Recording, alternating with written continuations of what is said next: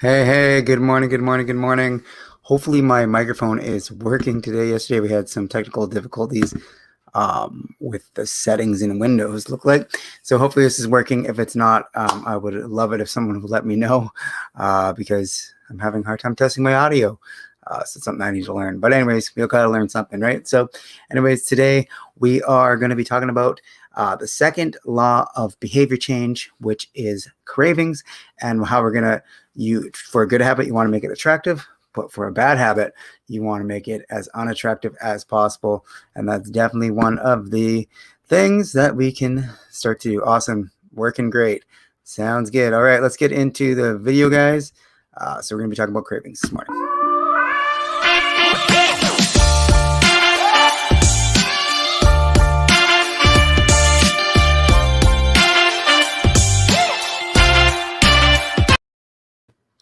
Welcome back to day number, what is this, day number 3 of the, creating habits that stick workshop. We're going to be doing this until Saturday every day at 7 a.m.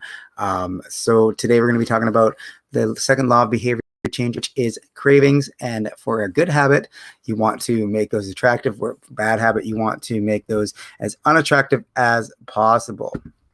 And I know cravings are one of those things that I definitely struggle with, and I know a lot of you probably struggle with those too. So just a medical warning: if you can't go more than 1 to 2 hours without a drink, it can be dangerous. You may need to seek medical attention.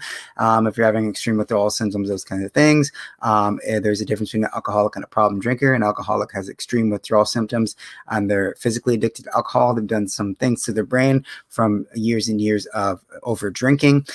So you may need to seek medical attention. If you are just psychologically addicted, you could just be a problem drinker, and problems can be fixed. So that's what I was, and I have been almost alcohol-free for 3 years now, so definitely can be fixed. So the first thing we're going to talk about is the cravings are the second step in the habit loop, okay? Cravings are the second step in the habit loop, and cravings are the motivational force behind every habit. Without some level of motivation or desire, without a craving to change, we have no reason to act. And what you crave is not the habit itself, but the change in state it delivers. So at the basic level, you actually don't crave drinking a glass of wine. You crave the feeling of a relief it provides you. If you're with a bunch of people, you're not actually craving the glass of wine with the people. You're craving the feeling of being included, doing the same thing as others, and the people, the sense of belonging. And I definitely understand this. It's not actually the alcohol that you're craving. You're craving some sort of relief from anxiety, depression, trauma. For me, it was social anxiety. I lacked confidence, and the things that I was doing, I lacked confidence in myself. I lacked the ability to, because of anxiety, I lacked the ability to talk to people. I lacked the ability to do things in my life that I really couldn't do without alcohol. So I thought, so you're not really craving the alcohol per se. You're actually craving the feeling the alcohol gives you, which is a false feeling because it only relieves that stress and anxiety, those things in the short term. It actually makes it worse if you understand what's going on in your brain and the neurochemicals that are going on with endorphins and all these cortisol and all those things that happen inside your brain when you drink. So you're not really craving the alcohol itself. You're craving the relief from whatever trauma that or whatever is relieving you, anxiety, stress, anything like that. You're just craving some relief from that, which is understandable. I mean, it's a human thing to want to relieve those kind of things because nobody wants to be in pain and suffering. So the first thing we talked about yesterday was the cues, the signals that the reward is available, and the brain's constantly on the lookout for those rewards. So that's why yesterday we talked about how important your environment is, how important it is to make, to make it invisible in your environment, to make it so you can't see the alcohol. Maybe get rid of the certain areas where you're drinking. Maybe change your whole living room around.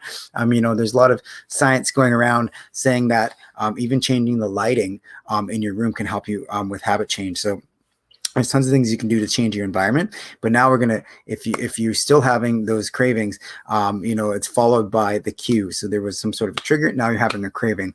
So let's find out how to deal with that. So this is just a way to make good habits easy and bad habits hard, okay? So habits 101 is creating a good habit. You want to make it obvious. You want to make it attractive. You can make it easy. You want to make it satisfying, okay? And to eliminate a bad habit, which we're trying to do here in this lesson anyways, is you want to make it invisible. You want to make it unattractive. You want to make it difficult to get, and you want to make it unsatisfying, if that makes sense. And so that is definitely what we're trying to do here. So we're on number two, which is make it unattractive. Now, make it unattractive means bad habits by making them unattractive. Start repeating to yourself all the consequences that can come from your bad habit. For example, smoking does not relieve your nerves, it destroys them. Reframe the cues. For example, smoking is not about being social. You can be social without smoking, or you can trade up smoking for drinking, right? Drinking relieves my stress. Well, no, it really doesn't, because if it relieved your stress, you wouldn't be stressed out afterwards. It actually, if you know what's going on in your brain, and you actually become more stressed and more depressed and more anxious after you drink than when you started. So you actually end up lower on the scale where you were before. So definitely, it's definitely worth it to educate yourself. So this is one of the things that I learned about in the Naked Mind by Annie Grace, and I just think it's a great concept, because when I finally quit drinking, there was many times where I would say I'm never going to drink again. I'm never going to drink again. And, a week would go by, and then here I am drinking beer, drinking my vodka, and in a vicious cycle of relapse. And I could go maybe a week at a time. At near the end, it was a couple days at a time, and I really didn't want to. Really didn't want to drink anymore. I was having health problems. It was causing relationship problems. It was sucking up all my money. As I was getting into debt, all these things that were so horrible. And if anybody who's never been addicted to something probably would never understand this vicious cycle of cognitive dissonance, because they think that if you've never had an addiction, which I think most people have been addicted to something, you don't understand that that you really want to quit. You really want to get out of there. You really want to stop doing this thing that's wrecking your life, but you can't, because there's another underlying thing underneath it, and that is your subconscious beliefs. You have some sort of belief in there that it relieves your pain, that it has some sort of benefit, that you're missing out on something, that alcohol has been there for that so long. It's because you were in this habit loop of so you're here in this habit loop, right? You got the cues, the cravings, you got the reward, and now you got the response, right? So you're stuck in this habit loop of thinking alcohol relieves that, because you've done it so many times that you had a trigger, you had a craving, you took the alcohol as a relief from whatever you were feeling stressed about. At a certain point, your brain realized that, wow, this is actually sort of helping, and then you got the response of saying, okay, it's a physical mental action that occurs after the craving, the actual habit being performed. So once the habit's performed, you got the response that you wanted. Your brain starts building pathways, and your brain actually sees this as the go-to thing, the go-to habit to relieve that stress.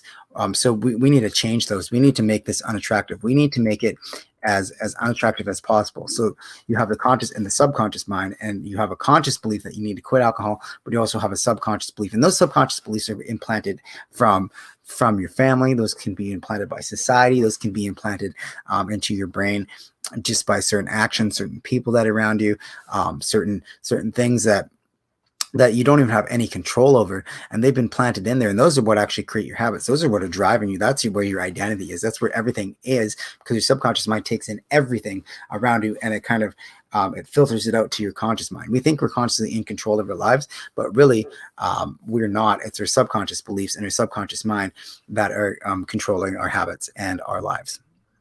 So I got a couple little things we can do to get rid of this cognitive dissonance. Now, let's pull this up here for you guys. So this is part of the program that I'm doing. I'm creating right now. It's called Relapse Reinvention. It's a program just to kind of help you get to the first 30 days of being alcohol free. And it's a program that I'm creating to not only get you alcohol free, but also enhance your life in a super great way by creating an identity as a non-drinker, creating an identity as a successful person, creating an identity that you want. You can be in control of your life and take that back from alcohol, and you can become addicted to purpose, not addicted to alcohol anymore. And that will leak over to all aspects of your life. I know it did in mine. My finances got better. My health got better. And it's not going to be a magic pill, because obviously there's going to be still problems in your life. You're still going to have issues in your life that you're going to need to deal with. But once you get rid of alcohol, it was one of those things. It was like the floodgate, right? Once you got rid of that, now I can deal with my stress in a positive way. Now I can learn to do this in a positive way. Now I can learn to be confident in a positive way without alcohol. So one of the things that I think is super important is that let's write down why we drink. Okay, get a sheet of paper and just write all the reasons why you would drink. What are those reasons? Is it stress? It relieves my stress. It relieves my anxiety. It helps me in social situations. It's a social lubricant for me. It helps me be more confident.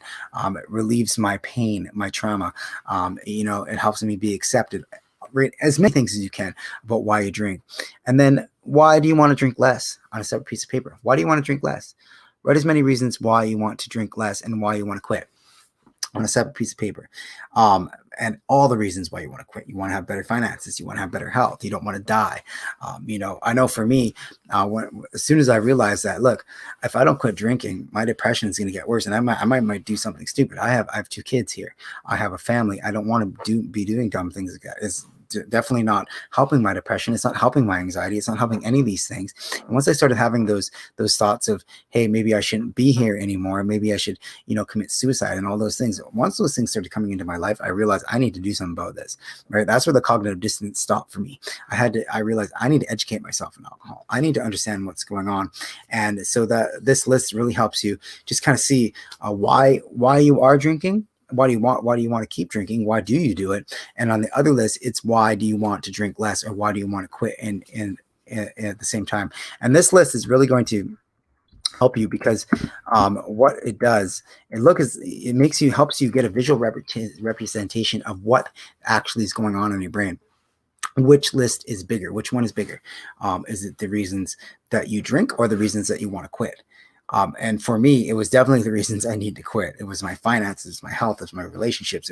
And not only that, not only was this list the reasons why I need to quit bigger than the reasons that I drank, but it was also more important things like relationships. It was more important things like family, finances. All these things were future things that I really needed to get a hold on. So that's the number one thing I would do. I would just get a journal, or make a list of all the things that why you want to quit, and why you can continue to keep drinking. Okay. Now, after that, once you do that, you're going to start looking at those beliefs. Okay. So most beliefs we have are other people's beliefs or society beliefs. Like I said, your subconscious mind has been taking in all those beliefs, and guess what? Alcohol is one of those things. It is one of those things that is pushed on society, and those marketers know how your brain works. Those marketers know how neurochemicals work. Those marketers know exactly what to say, what to put in the advertisements, where to put it, how to say it, exact timing that are going to make you want to drink alcohol. They know exactly what sells and what doesn't sell, because they have tests. They do tests. They test one commercial against another just to see what's gonna affect people, how the sales are. So they have a huge marketing team behind this. So those beliefs about alcohol, if you just go through your life coasting through, not even looking at those beliefs, you're going to get sucked in. You're going to think this is normal. You're going to think that this is good for you. You're going to think that, hey, if I start drinking, I'm going to be more confident. I'm going to be like Captain Morgan, right?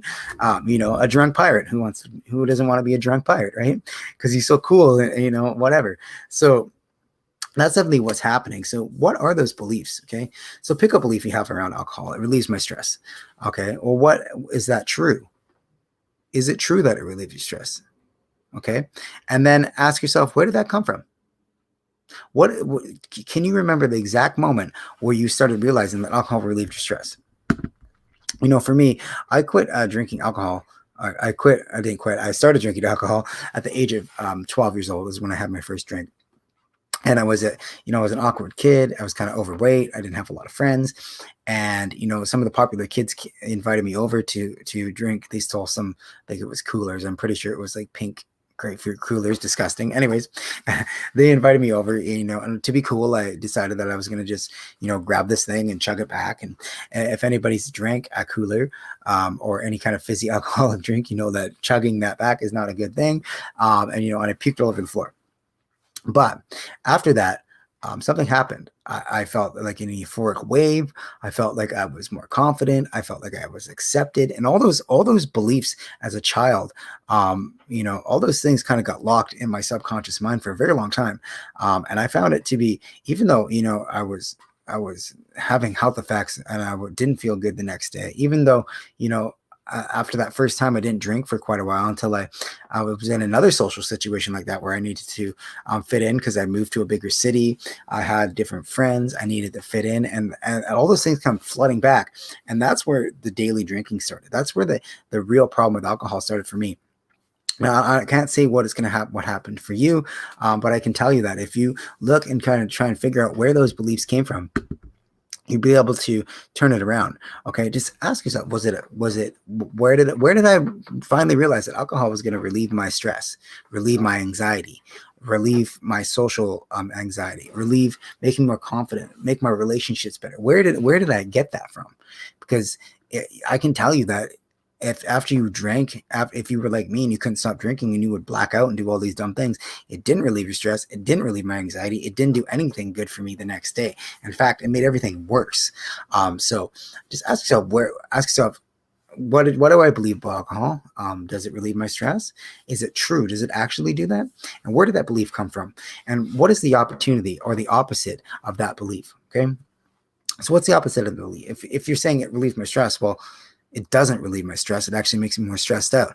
It relieves my anxiety. Actually, no, it doesn't relieve my anxiety. It actually makes me more anxious the next day.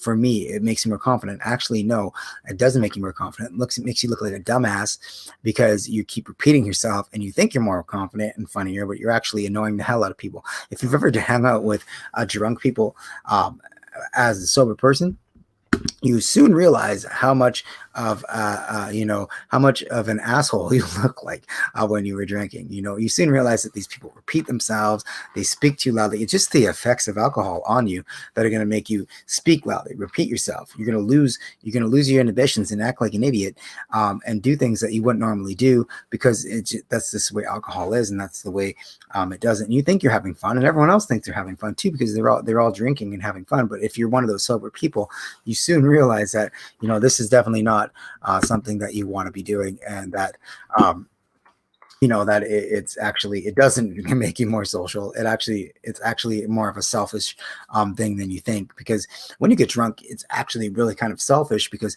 you're just worried about your own feelings, your own stress, your own anxiety. You're not actually able to be with someone and be around them and talk to them and have a meaningful conversation or even have any fun, because alcohol numbs you in that. So just ask yourself, is it true, this belief I have around alcohol? Where did it come from? And what is the opposite of that belief? Okay.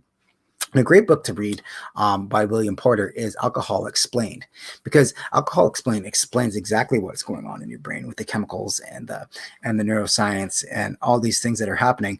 And once you see that magic trick, you can't unsee it. And reading that book definitely changed a lot of things for me. I didn't even read it early on in my sobriety, but I read it just recently, and it does explain a lot of things. Because when I first started, when I first finally became alcohol free about 3 years ago, I was educating myself on addiction in general. And I wasn't really educating myself on how exactly the science behind what was happening in my brain, but I was educating myself on how addiction worked, why I was feeling this way, why the other people in my life were feeling this way about me quitting. And those things really helped me just kind of wrap my head around the fact that I didn't need alcohol anymore. I could completely get rid of it. And I started to see the magic trick. When you see a magician and then you finally see how they did it, like David Copperfield or whoever, whatever magician you want to think about, when he makes the elephant disappear, but then you see behind the scenes that there was a mirror and there was smoke and there was a woman over here distracting you. Now you can see the trick. So the next time he does that trick, you're going to be able to see it. Well, this is the same thing about alcohol. You need to actually see the tricks behind alcohol so you can see them for what they are, and you can see alcohol for an unattractive poison, and that's definitely going to help you get through the cravings in the long term. Okay. And today, just understand your cravings and remind yourself that, number one, if you have cravings today, they don't last forever, guys. Cravings don't last forever. You have to sit with it. There's something called surfing the urge. And I didn't put it on here, but you can Google it. It's called surfing the wave or surfing the urge, I do believe. But anyways, it's just all about being mindful and sitting with those cravings and feeling them and just accepting that they're going to be there, and accepting the fact that now you have this craving. Now you can, once you start getting over it and you let it pass, now you can look around. Well, what caused that craving? Was it where I was sitting today? Was it that person in my life? Was it stress, anxiety? What was actually causing that? And what is it? Will it actually do what it says it's going to do? Okay. Well, alcohol actually relieve your stress. Will drinking right now actually relieve my stress, actually relieve my anxiety, actually help me be more confident in a situation, or will it make it worse? In the long run, ask yourself what is going to happen in the next 5 minutes, the next 5 hours, the next tomorrow, the next 5 days, the next 5 years if I continue on with this, because there is a cost to this, guys. If you do not quit drinking, if you continue on with your path, you might not even be there. I had this epiphany in my life where I realized, look, I might not even be here if I continue with this. So just ask yourself, sit with the craving, and once that craving passes, ask yourself what was the trigger for that? Why was I having this craving? And is it going to be helpful to me in the future? Because your future self is the most important thing you can actually focus on, because your present self, that's important too. That's where you take action. That's where you do things. Your past self, you can't really change anything in the past, but you can change the present. And the present is so important to the future. And the future self is that person that you're going to be in the next, 30 days, the next 60 days, the next 90 days, the next 10 years. That is the person you're working on. So, and ask yourself, is there evidence to support that I need a drink right now? Is there evidence to support that this is actually going to relieve my stress? Or is there evidence to support the fact that it's not going to relieve my stress? It's not going to relieve my anxiety. It's not going to relieve any of those things. It's actually going to make them worse. So there's a few tips to get through your cravings, but it's all about getting rid of this cognitive dissonance and making it as unattractive as possible so that you can move on in the future and get rid of that. So anyways, let's just pop that down. All right, guys. So that's my little tips. So today, just remember that your cravings are going to pass. And just because you have one doesn't mean you're going to have to act on it. You can have a craving for, say I want a craving for a cheeseburger today. It doesn't mean I have to go out and buy one. It just means it's there. It's a thought. It's one of those things. You have to be mindful of it. Ask yourself, do I really need it? Will it help me in the long run? The answer is usually no with bad habits, and then just move on with it, and how are you going to feel? Will it actually do what it says it's going to do for you? Is it going to relieve your stress or anxiety? And is there evidence to support that? Do you have evidence in your life to support that it actually relieves your anxiety in the long term, tomorrow, 5 hours from now, or are you going to just continue drinking and, have those bad habits in your life for the rest of your life? Unfortunately, that's how a lot of people live. Anyways, thank you guys so much for checking this out. We'll be going on to the next habit tomorrow, the next behavioral change. The next law of behavioral change, which is making it easy. All right. So making it easy, but the opposite of that is make it difficult to get that reward in this habit loop. So anyways, guys, have such a meaningful day. I do have a coaching program. It starts June 7th. If you're interested, just DM me and I will give you more info on that. You can also book a quick chat with me if you want to see if the program's right for you. I'll put a link to my calendar in the description of this video. And have yourselves a meaningful day, guys. And I will see you guys tomorrow morning, 7 a.m. Like always, live. And thank God my microphone's working today. I think it got all fixed up. So sorry about that yesterday, and have yourselves a meaningful day. And I will see you guys tomorrow. Thanks for tuning in.